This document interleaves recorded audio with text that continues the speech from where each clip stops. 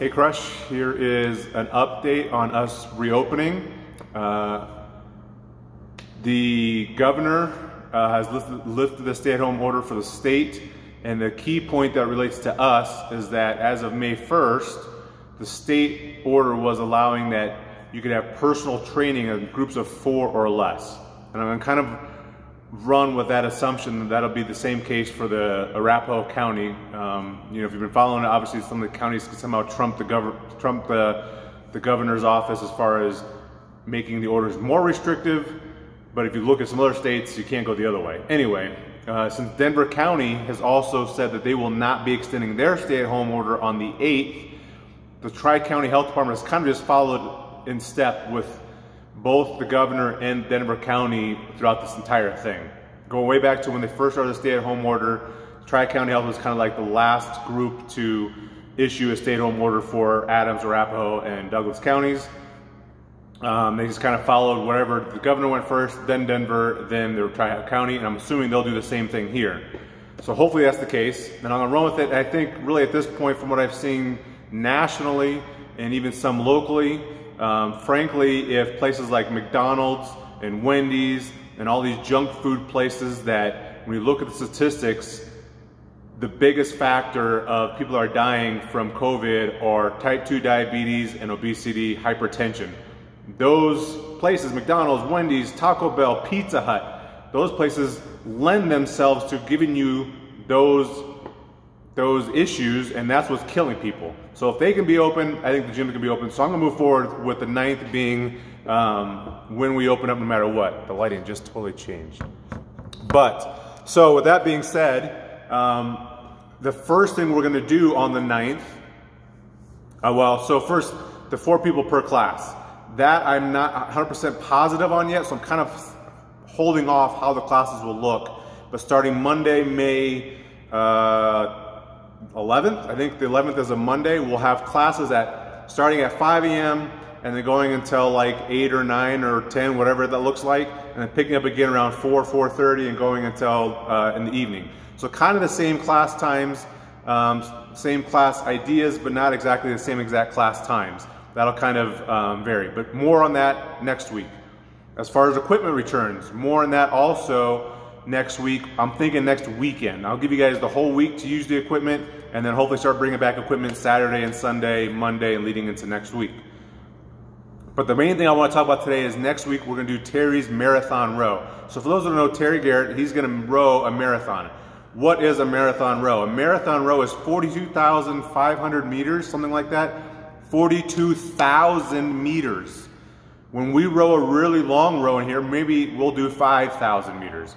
And for a 5,000 meter row, a 5K row, that takes most people 20 to 25 minutes. Terry's gonna row 42,000 meters, 8 times that long, which just blows my mind because that's basically, he's gonna be sitting on the rower for like 3.5, 4 hours.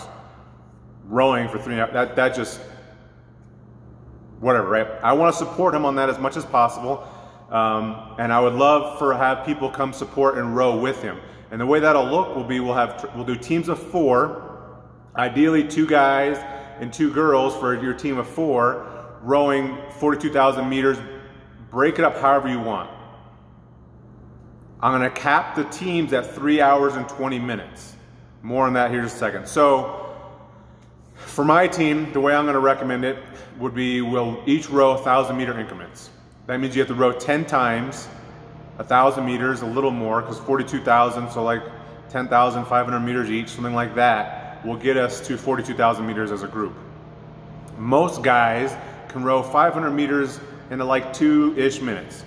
If you really go all out, you're looking at 1.5 minutes, which nobody will do.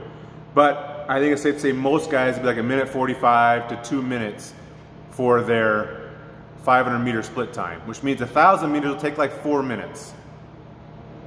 Most girls are like 2:15, 2:20, 2:30 for 500 meters. So maybe we're looking at like 5 minutes for them for 500 meters.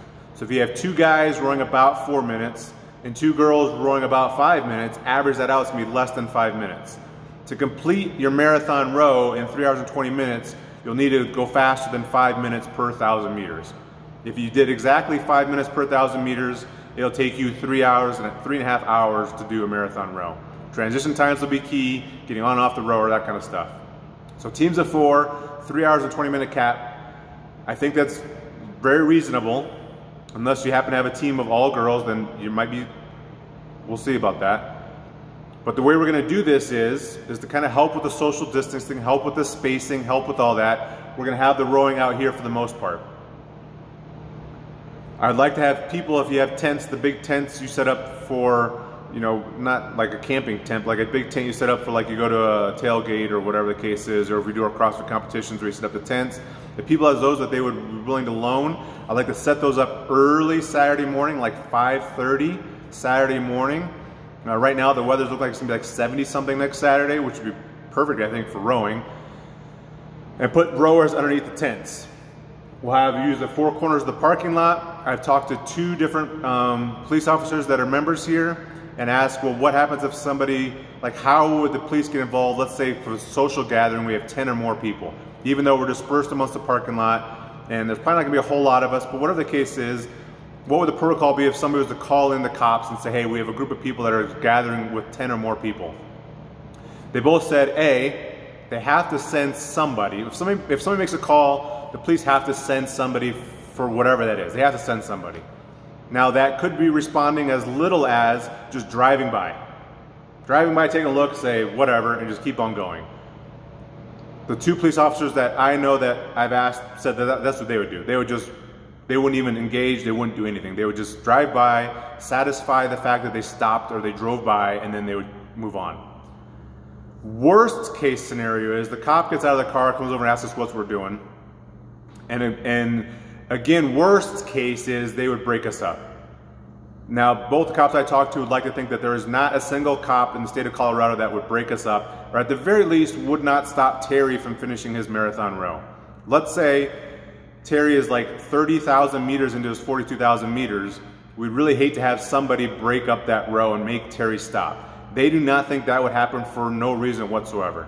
Now, there's always this one jerk cop, the cop that shoots somebody that they shouldn't shoot, a cop that falls asleep drunk in the car, whatever, right? We've heard all these stories. There's all these idiot cops out there. Not all these idiot cops, but there's, just like any profession and anything you do, there's always 1 or 2 people that make that entire profession look bad, whatever, right? Assuming a cop like that doesn't show up, we'd be fine. So we're gonna operate under that assumption that we will not be broken up. But to help space it as much as possible, and assuming we might have more than 32 people, I have 8 rowers, teams of 4 means 32 people could row. As soon as we have more than that, I'm gonna have one group of people or some group of people start at 6 a.m. If they start at 6 a.m. with a 3-hour and 20-minute cap, they'll be done at 9:30-ish. Terry's gonna start his row at 9 a.m. So I'll have another group will start their row about 9:30 and they'll go until about 1 o'clock. So I need people to let me know, A, if you have a team of 4, who that team of 4 is, and if you'd like to start at 6 a.m. or 9:30 a.m. Where would you like to start on Saturday? If B, maybe you want to participate but you do not have a team of 4, let me know. I can definitely build a team of 4 and get you a team of 4 so you're good to go. I've had some people say, well, what if we want to do a team of 8 or a team of 7? If we have like 7, if we have an odd number, we'll figure out teams, right? Maybe a team of 3, team of 4, maybe one team of 7. I'd like to think of that if Terry's going to row 42,000 meters by himself, we should at least be able to row 10,000 by ourselves, a fourth of what he's doing. So while 10,000 meters does sound like a lot, if you row 1,000 meters and then the 3 people in your team row their 1,000 meters, you'll have a 3-to-1 work to rest ratio. You have a lot of time to rest. So it'll be bad. 10,000 meters is going to be bad no matter what, but it won't be 42,000 meters, and it's not 10,000 meters all at once. It's 10,000 meters broken up over 3 hours, which won't be nearly as bad. So I'd like to see teams of 4. So A, I need to know if you have a tent I can use. Hopefully we get at least like 4 tents. If we have minimal amount of people that want to start at 6 a.m., we'll just row inside. We'll start the rowers inside and we'll get them outside really quick. And that's all kind of depends too. Maybe we don't have that many people want to row. I know I definitely want to row. I've talked to several people that do want to row. So I think we'll have lots of people that want to row with Terry. But I'll need tents, I need team names, I need, or not team names, I need teams and who the names are of the people on the team. And then also, if you want to start at 6 a.m. or 9:30 a.m., where would you rather start? We will not be doing a barbecue on Saturday.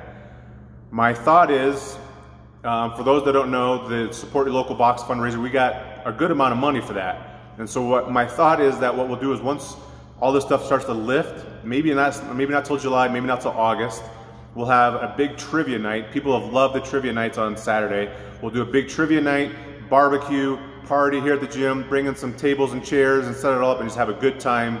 But that's coming in the future. So no barbecue this weekend. So if you're rowing at 6 a.m., either plan on bringing something to eat when you're done and so you can hang out and support for a while. But just think about that. There will not be food provided this weekend. This weekend, Saturday, is solely to support Terry in just this amazing endeavor of rowing a marathon, which, again, blows my mind. So to summarize, I plan on opening up with some sort of class schedule on Monday, May 11th. I think it's the 11th is Monday. We'll get equipment returned starting Saturday, a week from today. On the 9th, Terry's marathon row is on the 9th. For the marathon row, teams of 4, ideally 2 guys, 2 girls. Let me know who's on your team, and if you want to start at 6 a.m. or 9:30 a.m., there's a 3-hour and 20-minute cap that allows people to kind of get off the rowers. We'll clean up the rowers and get them ready for the next group. I think that about covers it. There'll be more long videos coming up. I apologize for the long videos. I feel like this is maybe easier to digest than a long wordy email, which is what it would turn into. For those that know me, I like to type and type a lot, so I'm trying not to do that because I know if I throw a bunch of words at you, you might not even read it. So hopefully you've watched the video. Maybe I'll bullet point stuff, but I think that covers it. Hopefully we're up and running in about a week. See you, Crush.